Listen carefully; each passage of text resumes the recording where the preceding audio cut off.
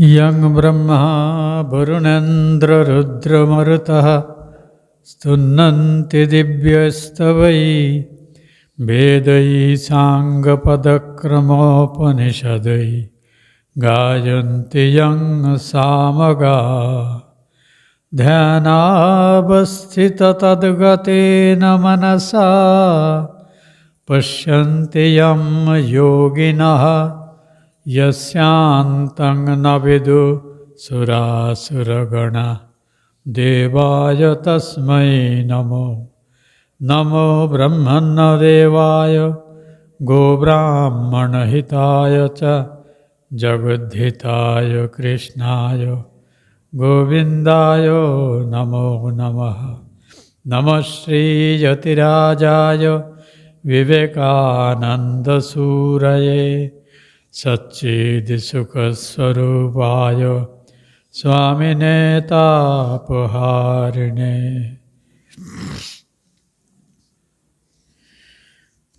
শ্রী শ্রী ঠাকুর মা স্বামীজির প্রসঙ্গ নিয়ে ইতিপূর্বে আমাদের তিনজন শ্রদ্ধেয় সন্ন্যাসী তাঁরা আলোচনা করেছেন। এদের জীবন একজনের থেকে আর একজনের আলাদা করে দেখা যায় না।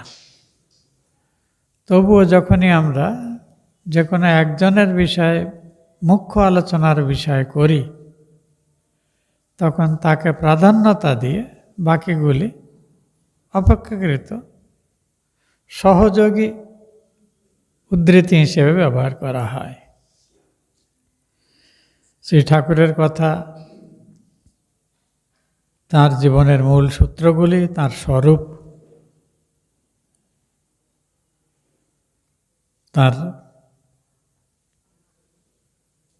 যে জন্ম মহোৎসব উদযাপনের তাৎপর্য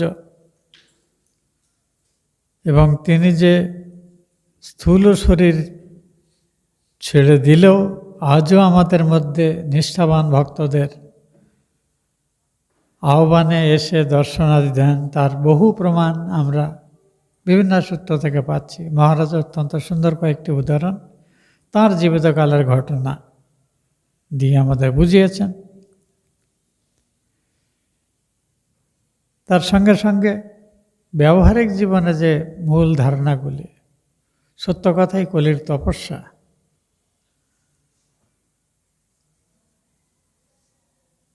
নির্জন বাসের প্রয়োজনীয়তা, যেটা ভক্তি সাধনের পক্ষে খুব দরকার। কারণ আমরা সাংসারিকতার মধ্যে থাকতে থাকতে অনেক সময় সাংসারিকতায় ভেসে যাই, কিন্তু মানুষের জীবন শুধু সংসার করা নয়, তার থেকে অনেক বড় উদ্দেশ্য আছে। শ্রী শ্রী মায়ের জীবন সহজভাবে জ্ঞানামৃতানন্দজি আলোচনা করেছেন। তার আবির্ভাবটি অলৌকিকভাবে সাক্ষাৎ মহামায়া জীবকে মাতৃভাবের সর্বগ্রাহী সর্বাবগাহী যে রূপ, সেটি দেখানোর জন্যে তিনি দেহ ধারণ করেছিলেন। অত্যন্ত প্রত্যন্ত পল্লী গ্রামের একটি গ্রাম্য বালিকা রূপে। ইচ্ছা থাকলেও লৌকিক শিক্ষার ধারে কাছেও তাকে প্রায় যেতেই দেওয়া হয়নি। কিন্তু আশ্চর্য, তার জন্য তার ভেতরে যে তত্ত্বজ্ঞানের অভাব কিছু হয়নি। কারণ এমন একজন স্বামীকে তিনি পেয়েছিলেন যিনি তাঁর এই মানব শরীরেই তাঁর যে ইয়া দেবী সর্বভূতেষু মাতৃরূপেণ সংস্থিতা, এই স্বরূপের বিকাশের উদ্বোধন এমন সুন্দরভাবে করেছিলেন। স্বামী হয়েও স্ত্রীর পূজা করে সেই প্রসঙ্গ মহারাজ আমাদের দৃষ্টি আকর্ষণ করেছেন। মায়ের মাধ্যমে ঠাকুর এইটাই দেখিয়েছেন যে তিনিও শিষ্য নির্বাচনে কিছু বাছ বিচার করতেন। তার মানে এই নয় যে তিনি অন্যদের সাহায্য করা প্রয়োজন মনে করতেন না। তিনি একটি অসাধারণ জীবনোদ্দেশ্য নিয়ে পৃথিবীতে এসেছিলেন, যেটি বাস্তবে প্রচার করার জন্য তার হাতে সময় ছিল না, কারণ তার জীবনের সিংহভাগ সাধন ভজনে কেটেছিল, যার মাধ্যমে তিনি এই সংশয়ী যুগের, বিশ্বাসী যুগের, বিজ্ঞানে গর্বিত মানুষের কাছে তুলে দিতে চেয়েছিলেন যে ঈশ্বরে বিশ্বাস কোনো কল্পকথা নয়, কিছু পুরুতের তৈরি করা কিছু কনসেপ্ট নয়। ঈশ্বরকে দেখা যায়, তাকে জানা যায়, এবং তাকে জানার জন্য ইউনিভার্সিটির ডিগ্রি দরকার হয় না। সত্যনিষ্ঠা, সরলতা, পবিত্রতা, কঠোর ইন্দ্রিয় সংযম এবং ভগবানকে জানার তীব্র ব্যাকুলতা এবং কোনো একটি প্রতিষ্ঠিত সাধন মার্গ অবলম্বনে সর্বান্তঃকরণে একচিত্ত হয়ে লেগে থাকা, যে কেউ এতে ভগবান দর্শন করতে পারে। এটি আধুনিক বিজ্ঞান অভিমানী মানুষের কাছে, তো এটা করতেই তার জীবনের 49 বছরের তার জীবন, তার মধ্যে প্রায় 40 বছর এতেই কেটে গেছিল তার। প্রচার করার সময় যখন এলো, মাত্র শেষের 5-6টি বছর, 6 বছর পুরো নয়।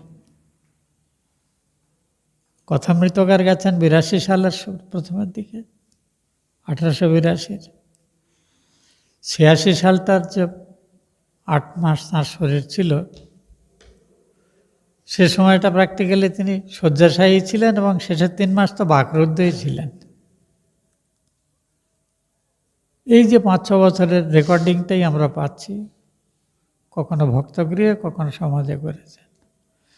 এই কাজটি তিনি দিয়ে গেছিলেন তাঁর স্বনির্বাচিত লোক শিক্ষক, যাকে তিনি একেবারে যাকে বলে অফিসিয়ালি অ্যাসাইন করেছিলেন যে সে লোকশিক্ষা দেবে, যেন নিজেরই দৃষ্টান্ত যে যার কোনো অথরিটি নেই তার কথা কেউ শোনে না, যার অথরিটি আছে তার কথা লোকে শুনতে বাধ্য হয়।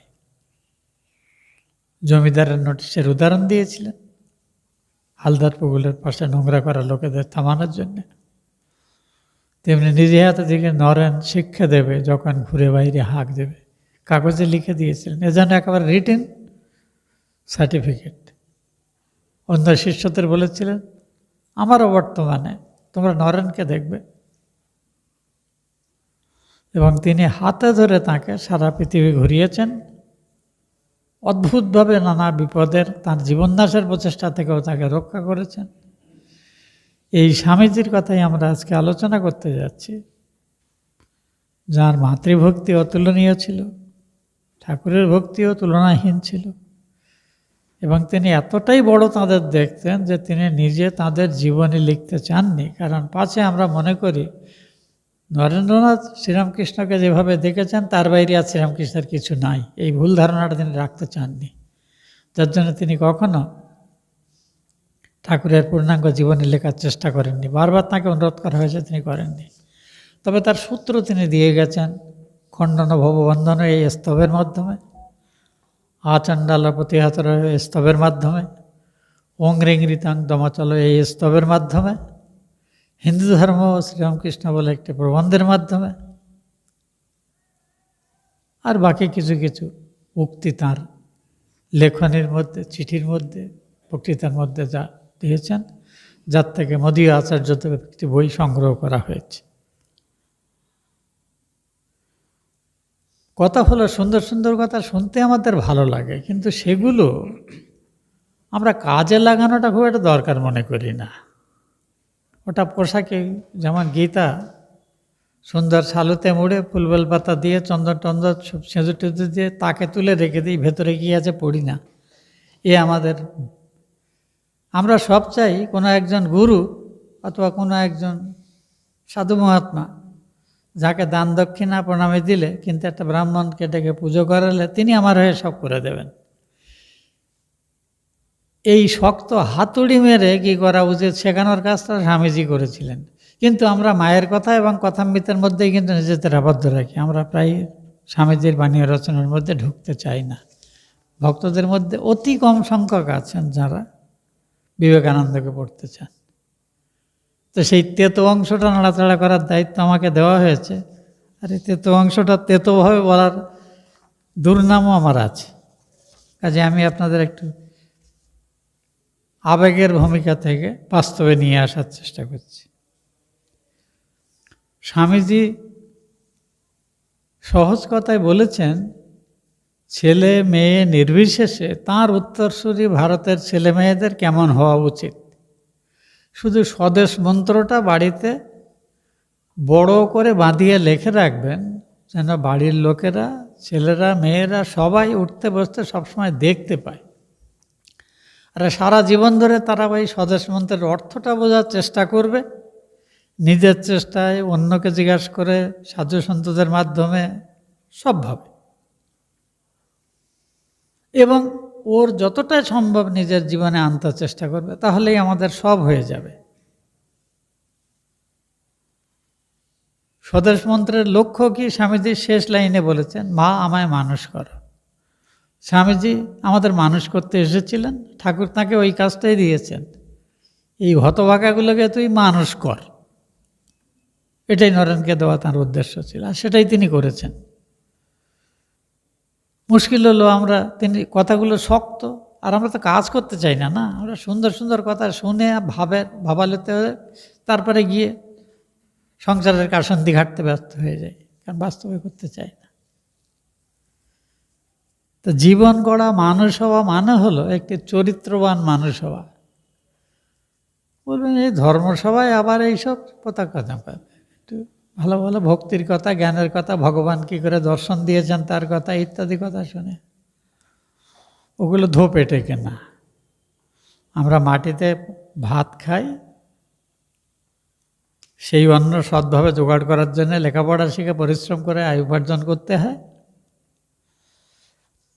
একটি চরিত্রবান মানুষ হব আমরা প্রত্যেকে, এবং আমাদের সন্তানরা ছোটবেলা থেকে আমাদের দেখেই সেদিকে অনুপ্রাণিত হবে। এই দায়িত্ব আমরা কটা ভক্ত নিতে রাজি আছি, প্রায় রাজি নয়। আর এটাই স্বামীজির কাজ। তো তার কতগুলো সূত্র স্বামীজি দিয়েছেন। ছাত্রদের জন্য বলেছেন ওদের জীবন কি কি, জীবনের বেসিক, জীবনের মানেটা বা নিজেরাও বুঝতে হবে, সন্তানকে বোঝাতে হবে, নাতি নাতনিদেরও বোঝাতে হবে। অনেক সময় দেখা যায় ভক্তরা নিয়মিত আশ্রমে আসেন, কিন্তু তাদের ছেলেমেয়েরা আশ্রমমুখী হতেই চায় না।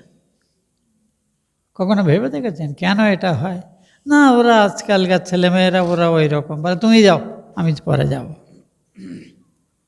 সাধু সন্তদের অশ্রদ্ধা করে না, কিন্তু আশ্রমে আসতে চায় না, কিন্তু বাবা মা খুব ভক্ত, তারা আসেন। এর মূল কারণ তারা বাবা মার জীবনশৈলীর মধ্যে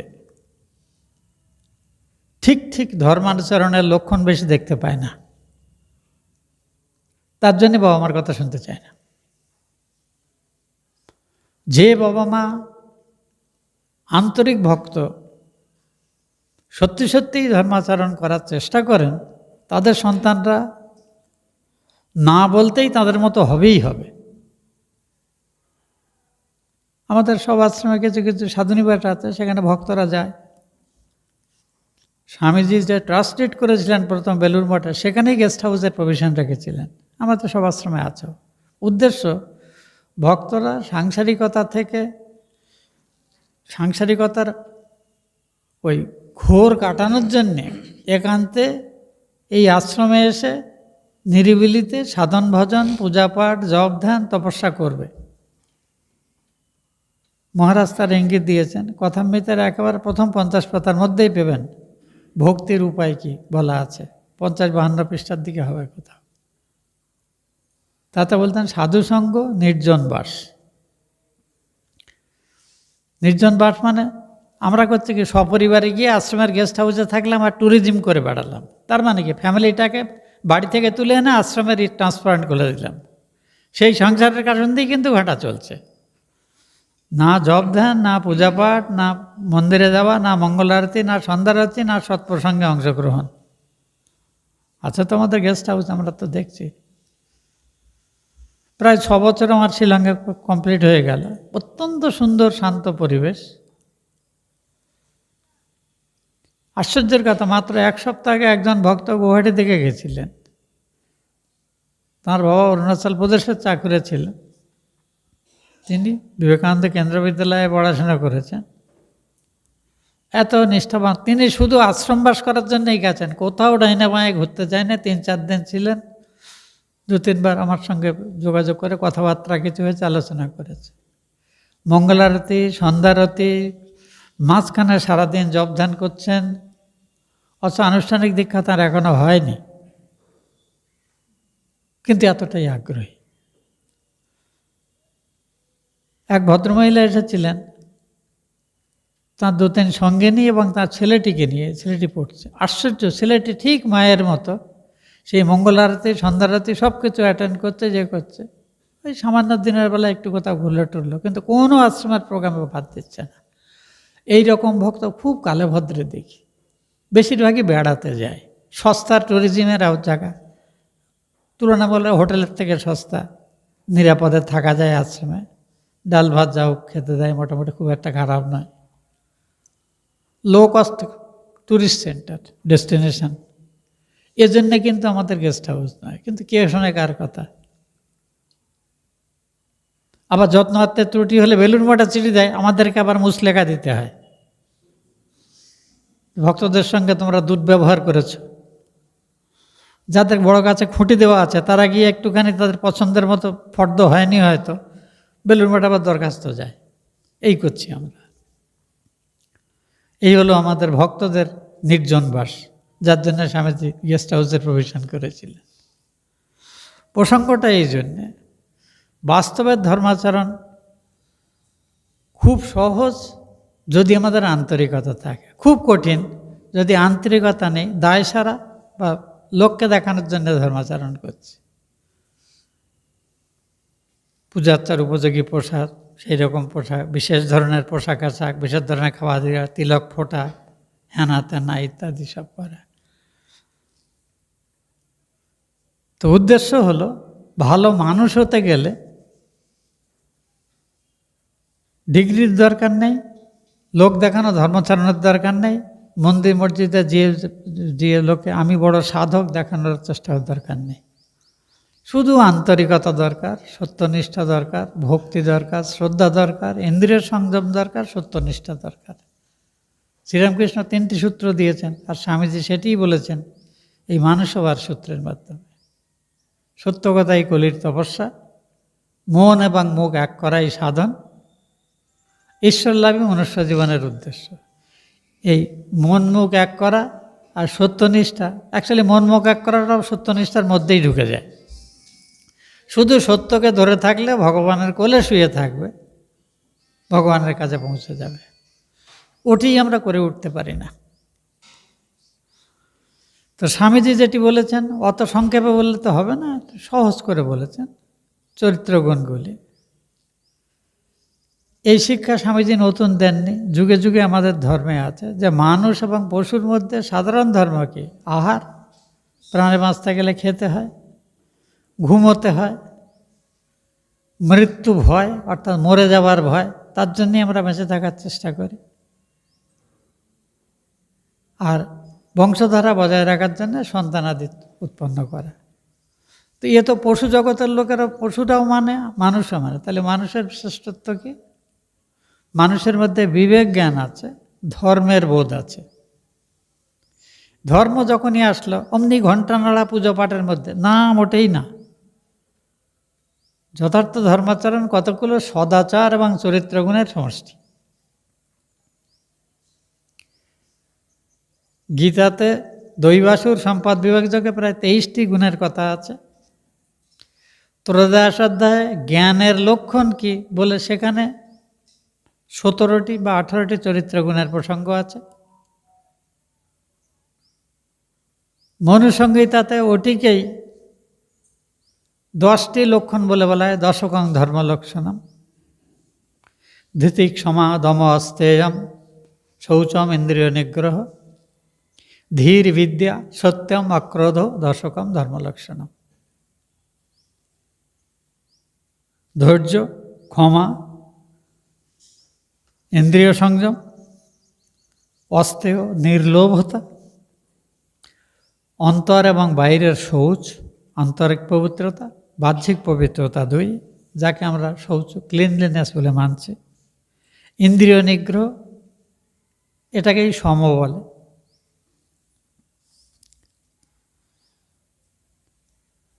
ধী বিদ্যাবত্তা, কোনো উৎকৃষ্ট বিদ্যা, অধ্যাত্মবিদ্যার চর্চা, সত্যনিষ্ঠা, অক্রোধ, অহিংসার একটি অনুকল্প, এই 10টি হলো ধর্মলক্ষণ।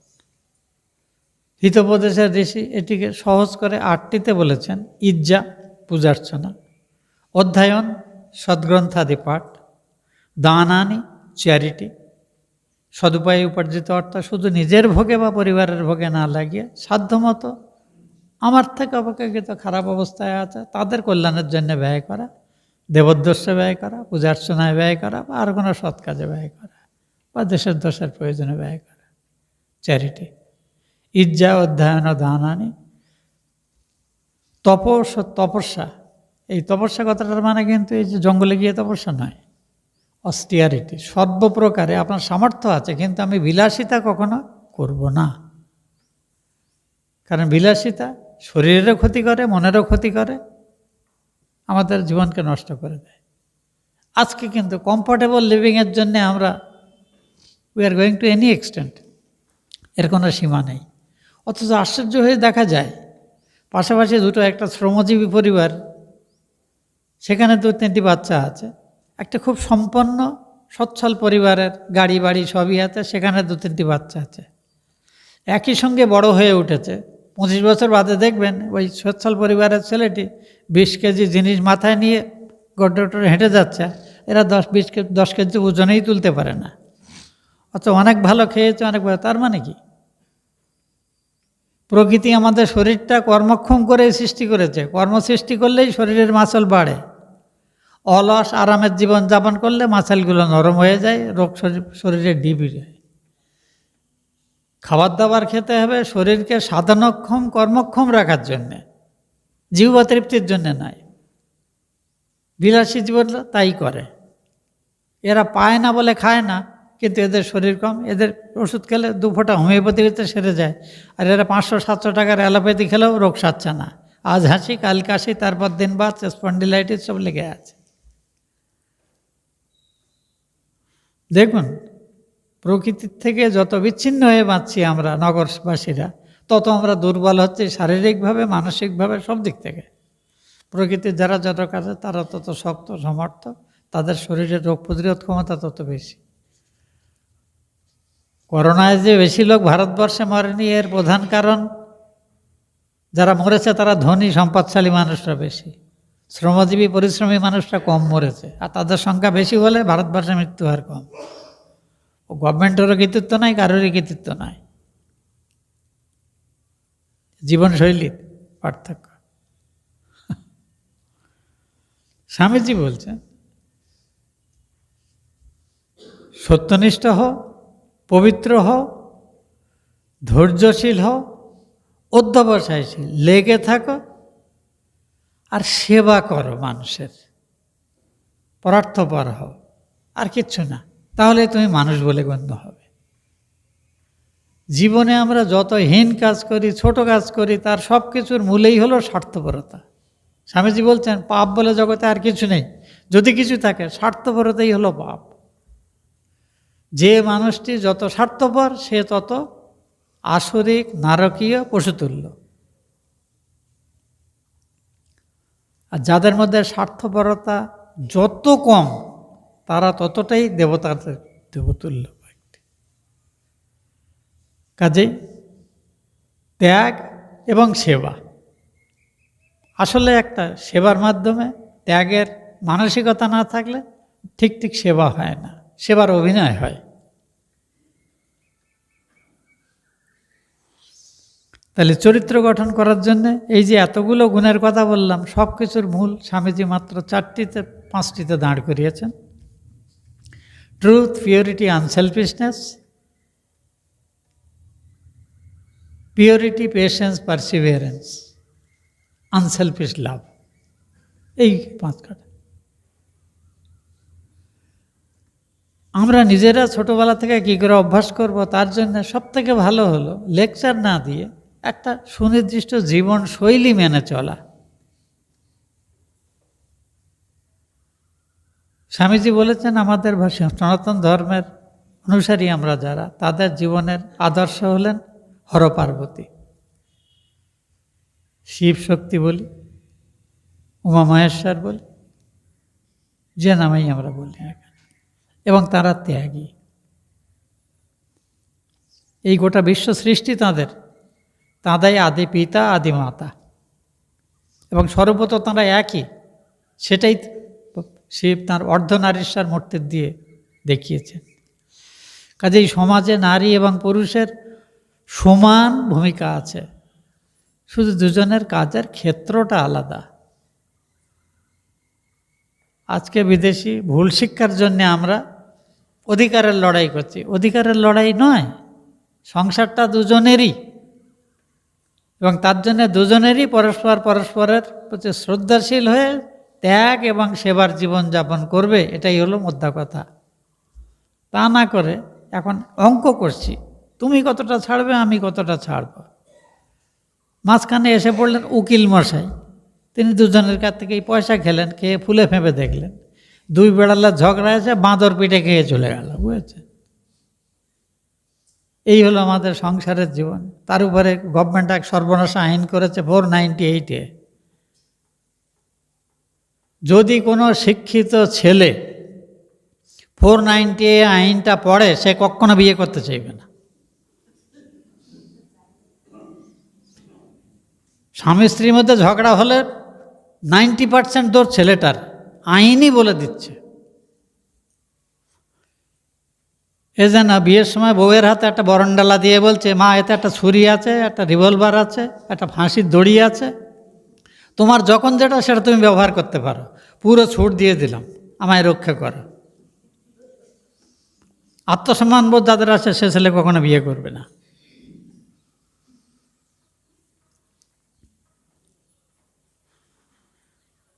মা সারদা দেবীকে তাঁর অধিকার পাওয়ার জন্য শ্রীরামকৃষ্ণের উপরে কোনো শর্ত চাপানোর প্রয়োজন হয়েছিল? হয়নি তো। তিনি তাকে পুজো করেছেন। দুজনই দুজনের পছন্দ অপছন্দ সম্পর্কে সজাগ থাকতেন, শ্রদ্ধা করতেন। এতটাই শ্রদ্ধা করতেন যে না চাইতেই তার প্রয়োজন মেটানোর জন্য চিন্তা ভাবনা করতেন। এইভাবে যদি চলে তাহলে সেখানে মামলা মোকদ্দমার দরকার হয় না। সংসার তো দুজনেরই ভাই, তাহলে সেখানে ক্ষমতার ভাগাভাগি লড়াই আসে কেন? মূল বিবাহের যে ধারণাটা সনাতন ধর্মের, সেই কনসেপ্টটাই বুঝিনি। কতগুলো আগডুম বাগডুম, এটা ওটা, এর লেকচার তার লেকচার, এ বই সে বই, এ ভিডিও সে ভিডিও পড়ে টড়ে ব্যাস আমরা নাচানাচি করছি। ডিস্টিংটিভ রোল আছে, হাজার চেষ্টা করলেও পুরুষেরা কোনো সন্তান জন্ম দিতে পারবে না। যে ধৈর্য স্থৈর্য স্নেহ মমতা দিয়ে নারী জাতির সৃষ্টি হয়েছে, তারা ছাড়া সেই ভূমিকা বাবার পক্ষে সম্ভবই নয় পালন করা। উভয়েই যাতে উভয়ের রোল ঠিক ঠিক করতে পারে, তার জন্য একটা অনুকূল পরিবেশ তৈরি করতে হবে, এবং সেটা তৈরি করতে হবে ছাত্রাবস্থা থেকে। আজকের কুমারী মেয়েটিকে এমনভাবে গাইড করতে হবে যেন ভবিষ্যতে সে বিদুষী, দায়িত্বশীল, কর্মনিষ্ঠ, কর্তব্যপরায়ণ, ধর্মপরায়ণ একটি মা হয়ে ওঠে। তা না করে আমরা ধিঙ্গিপনা শেখাচ্ছি।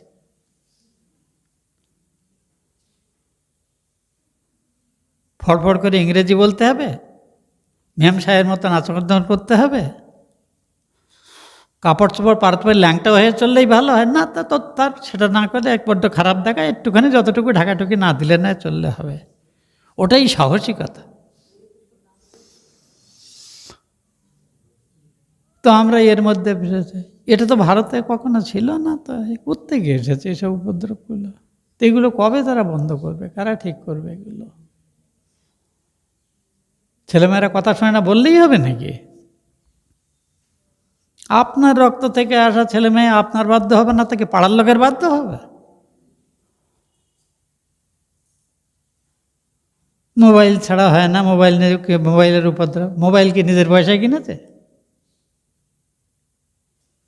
বাবা মার যদি চরিত্র বল না থাকে, সন্তানের মধ্যে সচ্চরিত্রের সদ্ব্যবহার আশা করা বেকার। ওদের উপরে দোষ চাপালে হবে না, নিজের দোষটা মেনে নিতে হবে। যেখানে এই ভুলটা বুঝেছি সেখান থেকেই সংশোধন করতে হবে। আপনি আচারি ধর্ম অপরে শিখা।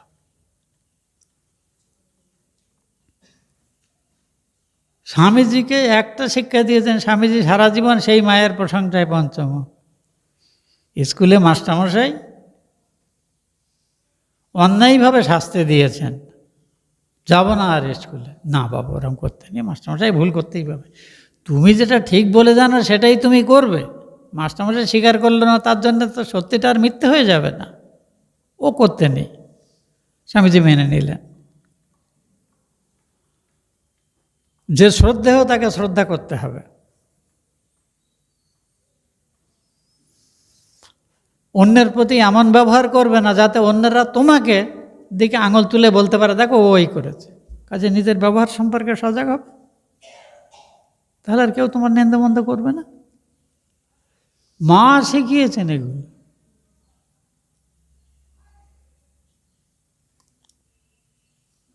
তপস্যার মাধ্যমে সেই সন্তানের জন্ম হয়েছে। স্বামীজি বলেছিলেন, যে সন্তান বাবা মার তপস্যার মাধ্যমে সংসারে আসে না সে আর্য সন্তান নয়। আমরা ইন্দ্রিয় সুরের সঙ্গে পরস্পর স্বামী স্ত্রী সম্পর্ক করি এবং সন্তান আসে, তারপর সেই সন্তান নিয়ে দুশ্চিন্তে না। আপনি রামায়ণ মহাভারতের সমস্ত গল্প দেখুন। ব্রহ্মা বললেন স্বয়ম্ভুব মনু শতরূপা, যারা প্রথম নরনারী রাজা পুরুষ, তোমরা সন্তান। 10,000 বছর তারা তপস্যা করলেন। তারপরে ভগবান যখন বললেন, দর্শন দিয়ে বললেন যে আমি খুব খুশি, কী চাও বলো? তোমার মতো একটি সন্তান চাই। ভগবান হাসলেন, ওরা আজব কথা বললে ভাই। আমাকে লোকে বলে একম এব অদ্বিতীয়, এক এবং অদ্বিতীয়। বলে আমার মতো তো কিছু হয় না, তবে তোমাদের এই তপস্যাকে আমি শ্রদ্ধা করি। তো একটাই উপায় আছে, আমি তোমাদের সন্তান হয়ে আসবো। তাছাড়া আর তো হয় না, কারণ আমার মতো তো কেউ হয় না। মা দুর্গা একই কথা ভক্তিশাস্ত্রে দেবী ভাগবতে বলছে, একৈবাহম জগত্তত্র দ্বিতীয়া কাম মা পরা। চণ্ডীতে আছে। মহিষাসুর বলছে, হ্যাঁ খুব বীরত্ব দেখাচ্ছ তুমি, এই 10-12 জন মাতৃকাকে সবাইকে নিয়ে আমার সঙ্গে, আমি তো একা, এদের নিয়ে লড়াই করে আবার বাহাদুরি নিচ্ছ। বলতে ওরে মূর্খ, দেখ ওরা কিছু না। দেবী বলা মাত্র সমস্ত মাতৃকারা দেবীর শরীরে সমাহিত হয়ে গেল। দেখা গেল দেবী একা দাঁড়িয়ে আছেন, মহিষাসুর একা দাঁড়িয়ে আছেন। তখন বলছেন একৈবাহম জগত্তত্র দ্বিতীয়া কাম মা পরা। আমার তো দ্বিতীয় কে আছে? দেখুন সূত্রগুলো সব জায়গায় সেই এক জায়গায়, একমেব অদ্বিতীয়। তো স্বয়ম্ভুব মনু শতরূপা যখন তপস্যা করে বললেন আসবো, প্রথমে হলেন। তারা যখন ওই সময় তার নাম নিয়েছেন পৃষ্ণি প্রজাপতি এবং শতরূপা, তো ওর কৃষ্ণগর্ভ নাম হয়েছিল। উনি পরে দেবকী বাসুদেবের গর্ভে কৃষ্ণ রূপে জন্মালেন। অদিতি কশ্যপের ঔরসে বামন হয়ে জন্মালেন। এসব ভগবানের ওই প্রতিশ্রুতি দিয়েছিলেন, সেটা রক্ষা করলেন। স্বামীজি বলছেন, দেখুন সূত্রগুলো কীভাবে স্বামীজি ধরেছেন। যে সন্তান বাবা মার তপস্যা ছাড়া জন্মায় সে সন্তান আর্য সন্তান নয়। খুব কঠিন কথা। তার মানে কি, বিয়ে থা করেছি, ঘর সংসার হবে, সন্তানার্জি আসবে ঠিকই, তোমার জীবন, তোমার ধন, তোমার বিবাহ ইন্দ্রিয় সুখের, নিজের ব্যক্তিগত সুখের জন্য নহে। কিসের জন্য? তোমার সন্তান সারা পৃথিবীর কল্যাণের একটি মাধ্যম হবে, তবেই তোমার পৃথিবীতে সন্তান আনা সার্থক। কত বড় কথা বলুন। অর্থ তুমি উপার্জন করতে পারো, কিন্তু সেই অর্থ যতখানি না তোমার সেবায়, তোমার পরিবারের সেবায় লাগবে, ঠিক ততখানি সারা পৃথিবী তোমার বসুধৈব তোমার কুটুম্ব, সারা পৃথিবী তোমার কুটুম্ব। তোমার সামর্থ্য মতো অর্ধেক তোমার এবং তোমার পরিবারের জন্য, বাকি অর্ধেক কিন্তু এই সমাজের। কারণ তোমার অস্তিত্বের জন্য প্রত্যক্ষ এবং পরোক্ষ সমাজের বহু পশু প্রাণী মানুষ সাহায্য করছে। তাদের প্রতি তোমার যে ঋণ, সেটা তুমি অস্বীকার করতে পারো না। ওরই জন্যেই পঞ্চযজ্ঞের বিধান আমাদের সমাজে আছে। দেবযজ্ঞ, ঋষিযজ্ঞ, নৃযজ্ঞ, পিতৃযজ্ঞ, ভূতযজ্ঞ। গোটা সনাতন ধর্মবাদী হিন্দুর জীবন ত্যাগ এবং সেবা, ত্যাগ এবং সেবা, এর বাইরে কিচ্ছু নেই। এবার আমাদের নিজেকে জিজ্ঞাসা করতে হবে, ঠাকুরমার স্বামীজিকে জীবনের আদর্শ নিয়েছি, আমি কি এইরকম জীবন করছি? আমার সন্তানরা কি আমাকে দেখে এইভাবে উদ্বুদ্ধ হচ্ছে? যদি না হয়, something is wrong, I must correct my course. আমার জীবনশৈলীতে পরিবর্তন দরকার, কিছু দরকার। প্রয়োজনে সাহায্য তাদের হয়নি। আমাদের শাস্ত্রের কি শিক্ষা দেখুন। আপনারা এই পূজার, আমি নিত্য উপাসনা যেটা গুরুদেব নির্দেশ দিয়েছেন, তার সঙ্গে নিত্য পূজাটাকে যুক্ত করে বহুদিন ধরে আমার এটা একটা ব্যক্তিগত খেয়াল, আমি চর্চা করি। আমি আশ্চর্য হয়ে পূজা পদ্ধতিতে দেখলাম, মানস পূজায় যে তন্ত্রোক্ত যে মানস পূজা আছে, যেটা আমাদের নিত্য পূজাতেও আমরা ব্যবহার করি, ওর শেষে আছে, প্রথমে তো আমি পৃথিবীর শ্রেষ্ঠ সব বস্তুগুলো কল্পনা করলাম, কোনোটা ধূপ রূপে, কোনোটা দীপ রূপে কল্পনা করে ভগবানকে অর্পণ করে, তারপরে মনে মনে 15টি ভাবপুষ্প দিয়ে ভগবানের সেবা করার কথা আছে। আপনি অবাক হয়ে যাবেন, ভাবপুষ্পগুলো কি আবার? অমায়ম অনহংকারম অরাগম অমদং তথা অমোহকম অদম্ভর্ষ অদ্বেষ অক্ষোভকৌতথা অমাৎসর্যম অলবঞ্চা দশপুষ্পং বিদুর্বুধা অহিংসা পরমং পুষ্পম পুষ্পম ইন্দ্রিয় নিগ্রহ দয়া পুষ্পম সমাপুষ্পম জ্ঞান পুষ্পম চ পঞ্চমম। অমায়া মায়ারাহিত্য, অনহংকার নিরহংকারিতা,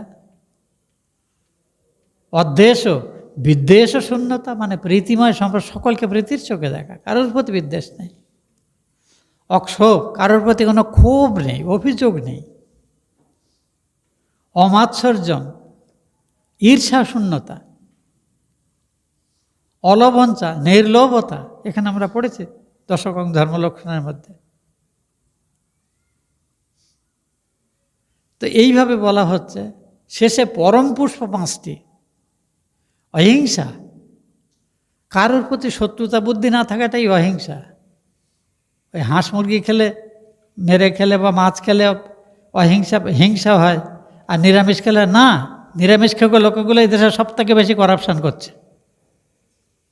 ওষুধে ভেজাল দিয়ে হাজার হাজার লোককে কানাঘোড়া করে দিচ্ছে, আর তারা এবার বড় বড় ধর্মছত্র চালাচ্ছে।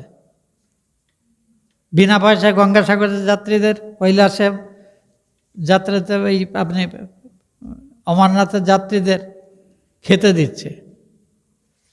এদিকে শীত কেটে টাকা নিচ্ছি, আর ওদিকে দান করে পুণ্য অর্জন করছি। এটা বাগিবাজি, ওগুলো ধর্ম নয়। যে যথার্থ ধার্মিক, সে কখনো কারোর ক্ষতি করে না, কারোর হতে চিন্তা করে না পর্যন্ত। এটাই অহিংসা। এই অহিংসা শব্দটির সবথেকে সুন্দর ব্যাখ্যা আমাদের পতঞ্জল দর্শনে আছে, না? অহিংসা প্রতিষ্ঠায়াং বৈরত্যাগ, বৈরবুদ্ধি, শত্রুতা বুদ্ধি। কারোর ক্ষতি চিন্তা করা অহিংসা। ওটি যা করলেই আপনি অহিংস। আহার যার যে যা খাওয়ার অভ্যস্ত সে তাই খাবে। যে আমিষ অভ্যস্ত আমিষ খাবে, নিরামিষ অভ্যস্ত নিরামিষ খাবে। বরং পশু পাখিরা অহিংস অভ্যাস করে। সিংহ হিংস্র জন্তু, সে অন্য পশুকে মেরে খায়, কিন্তু তার পেট যদি ভরা থাকে, একটা নদর হরিণ শিশু তার সামনে দিয়ে চলে গেলেও সে তার দিকে তেড়ে তাকাবে না, খিদে পেলে খাবে, কারণ ওটাই তার খাদ্য। যে খাদ্য আপনার স্বাভাবিক, সে খাদ্যের জন্য, সুস্বাস্থ্যের জন্য আপনি দেখবেন, তাকে হিংসা বলে না। অপ্রয়োজনে ধন সম্পদ করা হিংসা, কারণ কৃত্রিমভাবে আমাদের অভাব সৃষ্টি করছেন। পরে যে জিনিসটা 10 টাকায় পাওয়া যেত, সেই জিনিসটা একটা গরিব লোককে 20 টাকা দিয়ে কিনতে গেলে তার পুরো হাজিরাটা খাওয়ারেই চলে গেল, ওষুধ চিকিৎসার পয়সা নেই। কাজে কৃত্রিমভাবে আপনি সমাজে অভাব তৈরি করছেন অপ্রয়োজনীয় সঞ্চয় করে, এটা হিংসা। তো হিংসা ও হিংসার তত্ত্ব বড় জটিল, ওর মধ্যে যাচ্ছি না। আবার হিংসা মানে হীনবীর্যতা, কাপুরুষতা নয়। যে বীর সে অহিংসা হতে পারে, যে সম্পূর্ণ ত্যাগী সে অহিংসা হতে পারে। বাকি সবাইকে প্রয়োজনে হিংসার আশ্রয় নিতে হবে নিজের জীবন, বিষয় সম্পত্তি, মান সম্মান রক্ষার জন্য। ওকে হিংসা বলে না, ওটা আত্মরক্ষা। তো অহিংসা পরমম ধর্মম, ধর্মম ইন্দ্রিয় নিগ্রহ, দয়া পুষ্পম, সমা পুষ্পম, জ্ঞান পুষ্পম তা পঞ্চমম, পরম পুষ্প বলা হচ্ছে। তার মানে কি, ভগবানকে অর্চনা করার যে মন্ত্র আমাদের ঋষিরা রচনা করেছেন, তার মধ্যে দিয়েও কিন্তু চরিত্র গুণ, তার পূজাই ভগবান গ্রহণ করেন। যে পূর্ণ পারফেক্ট নিষ্কলঙ্ক চরিত্রের অধিকারী, তার পূজাই ভগবান নেন। অন্যের পূজা তাঁর কাছে যায় না, ওটা পূজার অভিনয়, পুজো পুজো খেলা হতে পারে। 1000 লোককে ডাকলেন, সুন্দর সুন্দর খাওয়ালেন, ওদের বাড়িতে যা সুন্দর ব্যবস্থা করেছিল না। আপনার আধ্যাত্মিক খোরাক কে দিয়েছেন সেটা না, জিহ্বা তৃপ্তিটা ভালো করেছেন, ওর বাড়িতে পুজো মানে দারুণ ব্যাপার, যেতেই হবে। যে পাঠচক্রে যত ভালো প্রসাদের ব্যবস্থা, সেই পাঠচক্রেই ভিড় হবে, অন্য পাঠচক্রে ভিড় হবে না। ওই জন্য স্বামীজি বলছেন, ওই হিপোক্রেসি ছাড়তে হবে, সৎ নির্লোভ সংযত জীবনযাপন করতে হবে, সাহসী হতে হবে, সঙ্গবদ্ধ হতে হবে। ওই জন্যে আমাদের বিদ্যার্থী হোম বলে একটা সহজ জিনিস, আমাদের যেসব ছেলেমেয়েরা আমাদের স্কুলে ভর্তি হয়, মহারাজ বিদ্যামন্দির কলেজে বহুদিন ভাইস প্রিন্সিপাল হিসেবে কাজ করেছেন, পড়াতেনও। বিদ্যার্থী হোম ওখান থেকেই প্রথম চালু হয়, এখন সব আমাদের স্কুল কলেজে সর্বত্র দেশ, দক্ষিণে উত্তরে সব কলেজে হয়। সেখানে আমরা বাচ্চাদের 5টি সংকল্প করি। প্রথম কথা হলো, তুমি ছাত্র, অধ্যয়নই তোমার তপস্যা, কাজেই সবচেয়ে হাইয়েস্ট প্রায়োরিটি দেবে। এর মাঝে নিয়ে দুবলা পাতাল হবে, খেলাধুলা করবে, শরীর স্বাস্থ্য হবে, বীর্যবান হবে, শৌর্যবান হবে, মাসল হবে। আমরা আমাদের ছেলে মেয়েদের খালি পড়ানোর করে বড় ডিগ্রি, বড় ইঞ্জিনিয়ার, বেশি টাকা কামানোর যন্ত্র করছি, শরীরটা ল্যাক ফেঁকে। প্রতিপদে তাকে সাহায্য করি, তাকে আষাঢ় খেয়ে অভিজ্ঞতা সঞ্চয় করতে সুযোগ দিই না। সব থেকে নির্বুদ্ধিতায় একটা বাচ্চা, ওই করতে করতে গত 50 বছরে বাঙালিরা, হিন্দুরা অর্ধেকের থেকে অর্ধেক, তার থেকে অর্ধেক হয়ে গেছে। কদিন বাদে ঘর বাড়িগুলো সব ওই যারা পিলপিল করে সার পোকার মতো বাচ্চা করছে, ওরাই এসে দখল করে নেবে, নিশ্চিন্ত থাকুন। একটা বাচ্চা ভালো করে মানুষ করার নাম করে পুরো জাতটাকে নির্বংশ করার দায়িত্ব নিয়েছেন আপনারা। Be sure about it. তো যাই হোক, অ্যাজ এ সাময়িক, অ্যাজ এ গোষ্ঠী আমাদের বেঁচে থাকার জন্য আমাদের ব্যবস্থা নিতে হবে। বরং গরিব গুরুরা যাতে বেশি বাচ্চা কাচ্চা করে, তাদের 2-4টা বাচ্চা কাচ্চাকে নিজেরাই বিনা পয়সায় মানুষ করুন। যদি তারাই আপনাদের বাঁচায়, আপনাদের ছেলেমেয়েরা আপনাদের বাঁচাতে পারবে না। Be sure about it. কারণ যারা গরিব গুরু, বাচ্চা কাচ্চা বেশি আছে, মানুষ করতে পারে না, আপনারা তাদের বাচ্চা কাচ্চাগুলোকে মানুষ করুন, শিক্ষা করুন, আত্মরক্ষা শেখান, নইলে বাঁচার খুব কঠিন দিন আসছে সামনে। স্বামীজি এই প্র্যাকটিক্যাল কথাগুলো বলছেন। আমাদের শ্রমজীবী মানুষের প্রতি, সাধারণ মানুষের প্রতি এই যে বড় কাজ, ছোট কাজ, ছোট কাজ, ওইসব বিচারের জন্যে আমাদেরই সমাজের একাংশ বিচ্ছিন্ন হয়ে তারা অন্য ধর্মের শিকার পরিণত হয়েছে। স্বামীজি পরিষ্কার বলেছেন, একটি হিন্দু সন্তান যদি মুসলমানরা খ্রিস্টান হয়ে যায়, শুধু একটি শত্রু বৃদ্ধি চালায় না, তার থেকে আরও হাজার হাজার শত্রু তৈরি হওয়ার রাস্তা তৈরি হলো। শুধু টাকার ভয়ে, জীবনের ভয়ে লোকের ধর্ম পরিবর্তন তা নয়, সমাজের একাংশের অনীহা, ওই নাকুচু স্বভাব ইত্যাদিতে বিরক্ত হয়ে অনেকে ধর্মান্তরিত হয়েছে। এটা আমাদের বুঝতে হবে। কাজেই যারাই আছে, গরিব গুরব তথাকথিত জাতের বিচারে ছোট বড় হোক, সবাইকে একসাথে নিয়ে আমাদের এজ এ গোষ্ঠী আমাদের সংঘবদ্ধ হতে হবে। এগুলো হলো স্বামীজির কথা। স্বামীজি অত্যন্ত বাস্তবে হাঁটালো, সারা পৃথিবী তিনি ঘুরে বেরিয়েছেন, তিনি দেখেছেন ধর্মের নামে কাপুরুষতা দুর্বলতার চর্চা কত বেশি হচ্ছে। ওই জন্য স্বদেশ মন্ত্রে প্রার্থনা, মা আমার দুর্বলতা কাপুরুষতা দূর করো, আমায় মানুষ কর। মানুষ মানে যে একটি উন্নত জীবন আদর্শ নিয়ে বাঁচে, নীতির জন্যে বাঁচে, সত্যের জন্যে বাঁচে। শুধু দুটো ভালো মন্দ খেতে হবে তার জন্য দাসত্ব করব না। কৃষিকে স্বামীজি সব থেকে সম্মানজনক পেশা বলে মনে করতেন, কিন্তু আমরা কৃষক পরিবারের ছেলেরাও আজ কৃষিকে অ্যাডজাস্ট করতে চায় না। তাহলে খাবার দেবে কে? কৃষকই একমাত্র সমাজের কর্মী যে নিজের খাদ্যও তৈরি করে, অন্যদের খাদ্যও সৃষ্টি করে, এবং সে স্বাধীন, সে কারোর অধীনে কাজ করে না। ঠাকুর এবং স্বামীজি উভয়েই চাকুরির বৃত্তির বিরুদ্ধে ছিলেন।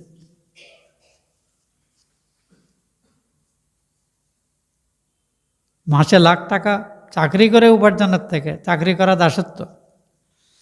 বরং যদি 10,000 টাকা তুমি সদুপায়ে নিজের স্বাধীনভাবে উপার্জন করতে পারো, তোমার মাথা অনেকখানি উঁচু।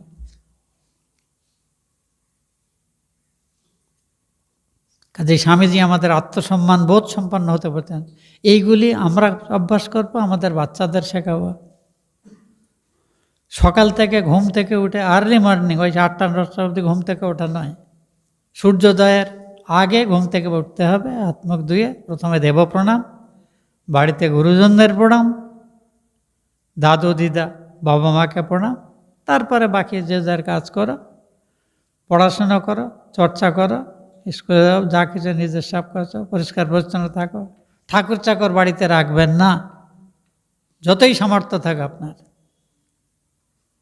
ঠাকুর চাকর রাখা, গরিব গুরব লোককে দিয়ে বাড়ির কাজ করানো মানে ইনডাইরেক্টলি বাচ্চাটাকে আপনি বোঝাচ্ছেন এগুলো ছোট কাজ। ওই কাজের প্রতি তার অশ্রদ্ধা সৃষ্টি করছেন। অথচ পৃথিবীতে জীবন এবং বাঁচার তাগিদে যা কিছু করতে হয় কোনোটাই ছোট কাজ নয়।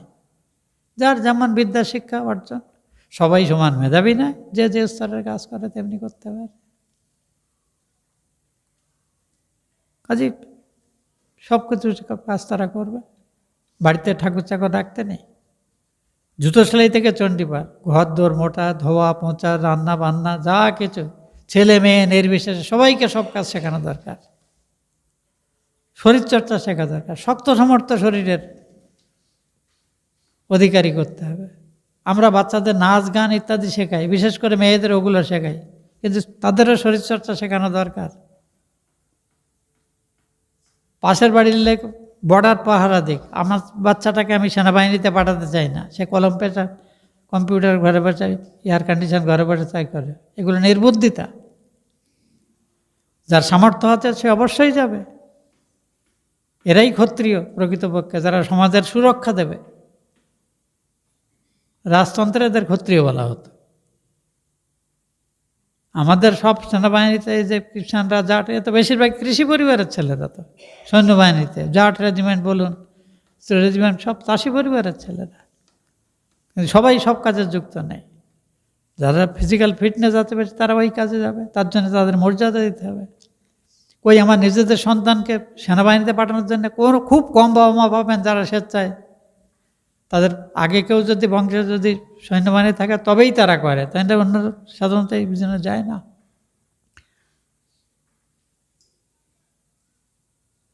তাহলে আমরা এই বাচ্চা কাটছে না কাটছে, ওই জন্যে শরীর চর্চা করতে হবে, বুদ্ধি চর্চা করতে হবে। স্বামীজি প্রতি পদে আমাদের ব্যবহারিক প্র্যাকটিক্যাল হতে বলছেন। এটাই হলো স্বামীজিকে পড়ার কাজে। বেশি বেশি স্বামীজিকে পড়বেন, চর্চা করবেন। আমরা সামগ্রিকভাবে বলার চেষ্টা করলাম এবং এটি আমাদের জীবনে চাই।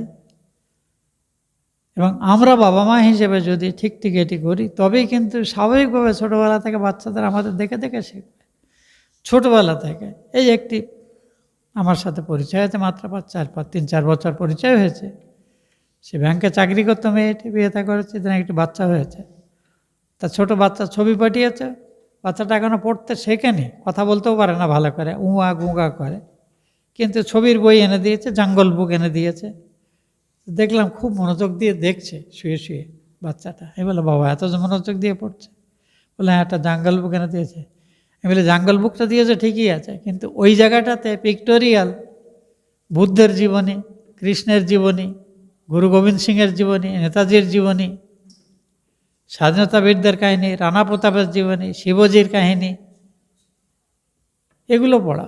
ছবি দেখুক, ওই ছবি দেখতে দেখতেই সংস্কার তৈরি হোক। কারণ এই ছোটোবেলাটা হলো, মনটা হলো কাঁচা মাটির ঢেলার মতো মন। এই সময় তাদের যে বই পড়বে, যা দেখবে, যা শুনবে, তাকে যা বলা হবে, কল্পকাহিনী বলার দরকার নেই, যথার্থ সত্য কাহিনী, সংগ্রামী মানুষদের জীবনী, যারা অত্যন্ত কঠিন অবস্থা থেকে সততা পরিশ্রমকে সম্বল করে বড় হয়েছে। আব্দুল কালামের মতো জীবনী, মানুষের জীবনী, বিদ্যাসাগরের মতো মানুষের জীবনী, এই ছোটোবেলা থেকে হাতে ধরাতে হয়। তখনই ওর মধ্যে স্বপ্ন তৈরি হলো। যে বাচ্চাকে ছোটোবেলা থেকে পড়ার অভ্যাস, ভালো বই পড়ার অভ্যাস করে দিয়েছেন, ও বাচ্চাকে আপনার কিচ্ছু করতে হবে না, ও পড়তে পড়তে সব শিখে যাবে তার কি করা উচিত, কি করা উচিত নয়। ও বাচ্চার জীবন চেকড হয়ে গেল। স্বামীজির সারা জীবনের কথা, মানুষ হও, মানুষ হও, মানুষ হও, আর ওটি আমাদের করতে হবে। তা বাবা মা হিসেবে, দাদু দিদা হিসেবে শুধু নিজের সন্তানদের গাইড করবেন না, আপনার সন্তানকে কদিন আগলে রাখবেন আপনি, তারপরে আপনি তো মাথার থেকে গত হবেন, তারপরে ওকে বাঁচতে হবে যাদের সঙ্গে, তাদের সঙ্গে ওকে মিশতে দিন। আপনার ছেলের সঙ্গে সঙ্গে কাছাকাছি আরও 10টা বাচ্চাকেও আপনারই মতো ভালো সব যা হচ্ছে তার বাবা মা দিতে পারে না, আপনি তাতে সাহায্য করুন। কারণ আপনারা বর্তমানে ওদের সঙ্গেই আপনার বাচ্চাটি বাঁচবে। কাজে শুধু যদি নিজের বাচ্চাকে নিজের মতো করে মানুষ করেন, আপনি তার জীবন সুরক্ষা দিচ্ছেন না, তাকে আপনি অন্যদের থেকে বিচ্ছিন্ন করে দিচ্ছেন। সমাজে বাঁচতে গেলে একজোট হয়ে বাঁচতে হয়, কাজে ঐক্যবদ্ধভাবে বাঁচা শেখান। আপনারা ভাবপ্রচারের সদস্য, ভাবপ্রচারে একটা সংকল্পপত্র করা হয়েছে, সেটা আপনারা সবাই পারেন। আয়োজকদের, এই আশ্রমের কর্তাদের অনুরোধ করব, সংকল্পপত্র যেটি পরিষদে পাঠ হয়, প্রত্যেক দিন এখানে সন্ধ্যাবেলা পাঠ হওয়া উচিত এবং আশ্রমের সাথে যুক্ত সব ভক্তদের কাছে এটি থাকা উচিত। এটি একটি ভক্তদের দিনচর্যার একটা রুটিন। সকালে ঘুম থেকে এসে জপদান করা থেকে শুরু করে সারাদিন কীভাবে যাপন করব, এই যে 10টি সংকল্প যেটি দেওয়া হয়েছে, ওটি সবাইকে দেবেন। ওটি বড় করে বাঁধিয়ে বাংলাতে, ইংরেজিতে, অসমিয়াতে 3ভাবে ডিসপ্লে করে দেবেন অফিসে, যে রামকৃষ্ণ ভক্তের কিভাবে জীবনে বাঁচা উচিত, ওটা তার একটা গাইডলাইন। আমাদের শিবমানন্দজি মহারাজের আগ্রহে এটি করা হয়েছিল। যাই হোক, আমি আপনাদের একটু তেতো কথা বেশি বললাম, কিন্তু কাজের কথা ঠিকই আছে। তেতো বাচ্চারা খেতে চায় না, কিন্তু মায়েরা তেতো ওষুধকে কলার মধ্যে ঢুকিয়ে খাইয়ে দেয়। আমি সিধে দিচ্ছি পাঁচনের মতো, একটুখানি একটু মিষ্টি করে বললে ভালো হতো। সেটার জন্য আমাদের এইসব তরুণ তুর্কিরা আছে, এরা সব মিষ্টি করে বলে। আমাদের আর সময় নেই, এখন আর সিধে হবে না। সকলে ভালো থাকুন, স্বামীজির বই বেশি বেশি করে পড়ুন। সমস্ত সাহায্য আছে, অনেক সুন্দর আছে, সুন্দর অডিও আছে, সুন্দর ভিডিও আছে, সেগুলোই দেখতে অভ্যাস করুন। দেখবেন সুন্দর সুন্দর প্রার্থনা আছে, অডিও ভিডিও, আমি আমাদের গ্রুপে মাঝে মাঝে শেয়ার করি। স্তব স্তুতি দিনটা শুরু হওয়া উচিত এইভাবে। আমাদের হিন্দু জীবনশৈলী হলো ভগবানকে জীবনের কেন্দ্রে রেখে জীবনের পথে হাঁটতে হবে। কখনো প্রতিকূল, কখনো অনুকূল, সব রকম পরিস্থিতি আসবে, কিন্তু ভগবানকে ধরে থাকতে হবে। ঠিক যেভাবে আপনারা তো আজকাল তো গ্রাইন্ডার ইউজ করেন, জাঁতা তো দেখেননি, জাঁতার গল্প বললে অনেকে বুঝতেই পারে না। এখন ডাল যে ভাঙা হয়, মাথাটা খুঁটি আছে, ও দানাগুলো যেগুলো খুঁটির কাছে থাকে সেগুলো ভাঙে না, যেগুলো যত দূরে সেগুলো আগে পেশাই হয়। ভগবান থেকে বাদ দিয়ে যারা যত দূরে চলে গেছে তাদের জীবনে তত বিপদ, তত দুঃখ আনতে হয়। যারা ভগবানকে ধরে আঁকড়ে ধরে যারা আছে তাদের জীবনে বাধা বিপত্তি আসবে, কিন্তু সেটা হজম করে নেবার সামর্থ্যও তাদের থাকবে। ওটাই আবার ঠাকুর বলছেন, একের পেছনে যত শূন্য লাগাবে 10 গুণ 10 গুণ করে সংখ্যা বেড়ে যায়। এক মুছে দিলে 1000টা শূন্য যদি থাকে তার মূল্য 0। ভগবানকে ছাড়া জীবন নেই, ভগবানকে ধরে বাঁচতে হবে। ঠাকুর মা স্বামীজি একই আদর্শ, 3 জন জীবনে 3টে ক্ষেত্রে 3ভাবে কাজ করেছেন, এইটুকুই তফাৎ। এরা 1-এ 3, 3-এ 1। আলাদা কৃত্রিমভাবে এদের করার দরকার নেই। শুধু কথা হলো জীবনের বিভিন্ন পর্যায়ে যাতে আমরা সব ধরনের জীবনের দিশা পেতে পারি, তার জন্য 3 জন জীবনের 3টে ক্ষেত্রে কাজ করেছেন, এটুকুই হলো কথা। কিন্তু সবাই এক জুড়ে আছে, সবারই উৎস শ্রীরামকৃষ্ণ। আসুন আমরা এইভাবে তাদেরকে নিয়ে জীবনে বাঁচার চেষ্টা করি এবং এমন সুন্দর জীবনযাপন করব যে আমাদের জীবন দেখে অন্যরা স্বতঃপ্রণীত হয়ে আমাদের দিকে আসবে। ওটাই ভারতীয় সনাতন প্রচার শৈলী। সকলকে ধন্যবাদ, নমস্কার। সুন্দর ভাষণের জন্য